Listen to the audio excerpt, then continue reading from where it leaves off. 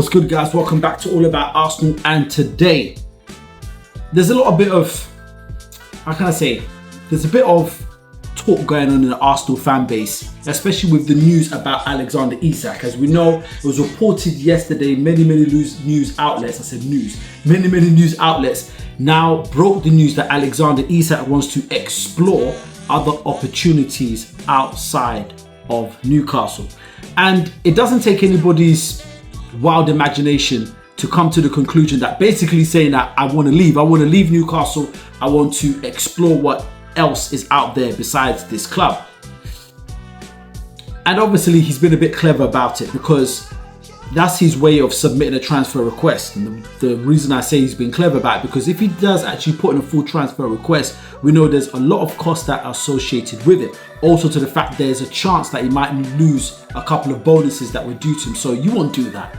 So in other words, he's basically trying to say to clubs that are interested, and we know there's only one club really that we know that are really pursuing him, that is Liverpool, basically come and get me. How do I feel about this? I won't even lie, as an Arsenal fan, I'm scared. I'm scared, definitely. I'm not gonna lie. I'm scared. If Liverpool get Alexander Isak, it's going to be a very tough season. Obviously, there's a lot of things that can happen. It's a long season. A lot of things can occur. But Liverpool are building a team of Galacticos. It is scary. It is scary. And I do think if they can pull this one off the line, if they can get this off the line, that's going to be a very strong team to be on paper. My gosh. But obviously, there's always that, especially taking into consideration how well they did last season. Seeing that and seeing the enhancements they've made, it can only get better and stronger for them. However, Arsenal played against teams like Madrid, who are a Galacticos team, and there was a bit of lackluster, but I just don't see that happening with Liverpool anyway.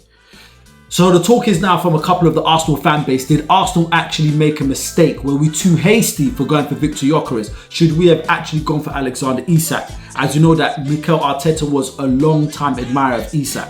I do have my personal opinions about him as a player. I think he's a wonderful player, but not fully convinced about Isak, and that's just me. And I'm not saying that because he's going to a rival club, but there have been a lot of posts, tweets that have been going out, or should I say ex-tweets that are going out about this. And I'm going to share a couple of them and then get into what I personally think about this whole saga, should I say. So there's a few carousels and posts going around. One actually says, and you probably see it on my screen, it says, "Hold that, we're going for Gyökeres." And that is when they found out about Alexander Isak. Now he's actually on the market as well. There's another one that says, bear with me, another one that says that if I was Arsenal, I'll be going for Isak over Gyökeres. I'll be going for Isak tomorrow. And that's what a couple of people said on DR Sports. And I found it a bit interesting. And you know what?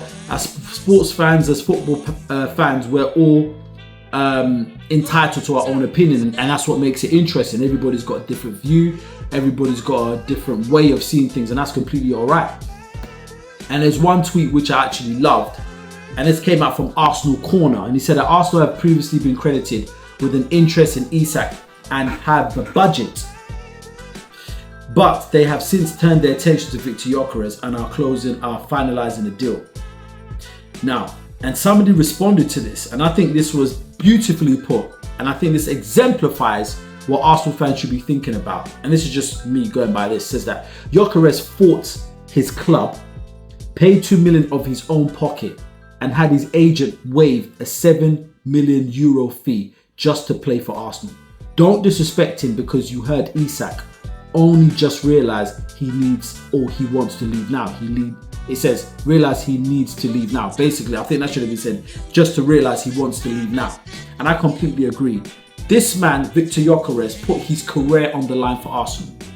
He gave up 2 million of his own money. How many players would do that? And you've got Isak, so I'd say it comes a bit like, what's the word? A bit sassy in the sense that he's demanding 300k. He's a great player. But look at Viktor Gyökeres. He turned down Saudi money. And let's be honest, Saudi would have paid him a lot of money. You're talking like the top goal scorer in Europe. Saudi would have paid him peas. But he said no. He gave up 2 million of his own money. How many football players would do that? They love money. His agent even stepped in to push it over the line. He cut ties with his girlfriend. He went on strike with Sporting. This guy did everything to play for Arsenal. So for Arsenal fans to come out the woodwork and start to, quite frankly, I think, disrespect this guy, indirectly saying that we should go for Isak, I think that's a big disrespect. Isak has had a wonderful season, right? Had a wonderful season. Gyökeres is the top scorer in Europe. That has to count for something. And yeah, people are going to say, oh, but he plays for the Portuguese league. I don't care. If somebody's banging in 98 goals in the lesser league, I would expect them to do that. So if he's doing that in the lesser league, let's be honest, if you cut that by half, he's still going to have a great output for Arsenal, right?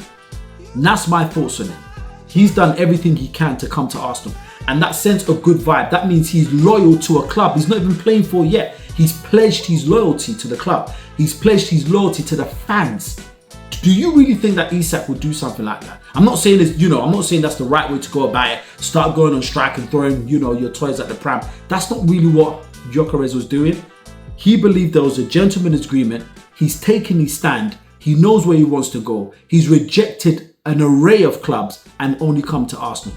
For Isak, personally, to me, I kind of feel like if it's a certain type of caliber of club, if it's the Madrids or the Barcelonas, he would entertain that. But Gyökeres was not caring whether they wanted to come for him. And I'm talking about the likes of Madrid and Barcelona. I only want to go to Arsenal. That must count for something. So Arsenal fans, put some respect on his name. Obviously, I know the majority of us were happy. I can see all the celebrations are going here and there, and we're happy to have Viktor Gyökeres on board. But personally, all this talk about, oh, should we have waited? That's disrespect, man. Gyökeres is a good number 9. Now, I thought, let me do a bit of comparison about this, right? So they've got Isak valued at 120 million. And let's be honest, the valuation is not because that's what everyone says around the world. That's what the club has put on him. They've put on him a price tag of 120 to 150 million, right? Now, age, he turns 26 in September.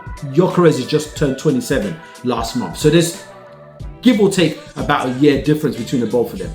They're both tour players, and they both play for Sweden, which is very, very important. And the reason I'm coming on to this is because it can be a bit hard to compare them. And I say it's hard to compare them because one plays for the Portuguese league, or did, and another one was playing for the Premier League. So yeah, you have a few things to say that, oh, can we really compare them? How great are they, right? Now, so how can we compare them? They both went in the Champions League. Sporting went in the Champions League, Newcastle were not. They both play in different domestic leagues. So what can we actually use to compare them? Only thing is their national career. They both play for Sweden. Let's get into it. Now check this. And this one, I was, wow, pretty baffed by this. And I think this is pretty amazing. And I don't think people are rating Viktor Gyökeres, right? If I'm reading this correctly, and hopefully I'll probably put it on the screen as well. Isak, his debut for Sweden was January the 8th, 2017. He's had a total of 52 appearances for Sweden, and he scored 16 goals. Check that. 52 appearances, 16 goals. Some people say, oh, that's decent. Viktor Gyökeres, he debuted 2 years later, same day, but 2 years later, the 8th of January 2019. Gyökeres has had 26 appearances and 15 goals. So Isak has had roughly twice, exactly twice. Yeah, wow, that is mad. Isak has had twice. He's had double the appearances, and he's only scored 1 extra goal than Viktor Gyökeres. Put some respect on Gyökeres' name. Put some respect. And the reason why I'm using the international stats is because some people could argue and say, oh, this, that, and the other. He plays for Portuguese league. He plays for the Premier League. All right, cool. They're both playing on the same pitch for Sweden. Both playing. And who is more prolific? Viktor Gyökeres is. So after I hear all this talk about, Gyökeres, and if he comes here, how well is he, going to do? Listen, if that's the only thing I have to go off of at the moment, Arsenal have bagged. Arsenal have got a bargain. Arsenal have got a bargain. What I'm going to check, let me go to Darwin Núñez, right? Because obviously I believe he also played for the Sporting CP as well, isn't it? And let me just do a quick one here. Bear with me. I was about to say tease me. I don't know why that was coming to my mind. I don't know why. Right, Darwin Núñez. Let me go and see. Let me look at his record at Sporting. Oh, no, sorry. Okay, sorry about that. He was in... Sorry, it was Benfica. Sorry about that. That was Benfica. Right. Oh, come on. Right. So Benfica, if I'm correctly looking at this, he had 57 appearances for Benfica and 32 goals. Right, in one season. Gyökeres over 2 seasons, he's had 102 and 98 goals. So his record was far better than that of Darwin Núñez. And we know what's happened to Núñez since he's come to the Premier League. He's had 95 appearances and 25 goals. Let's be honest, if that was Viktor Gyökeres, I'm just saying, this guy would have had a greater talent.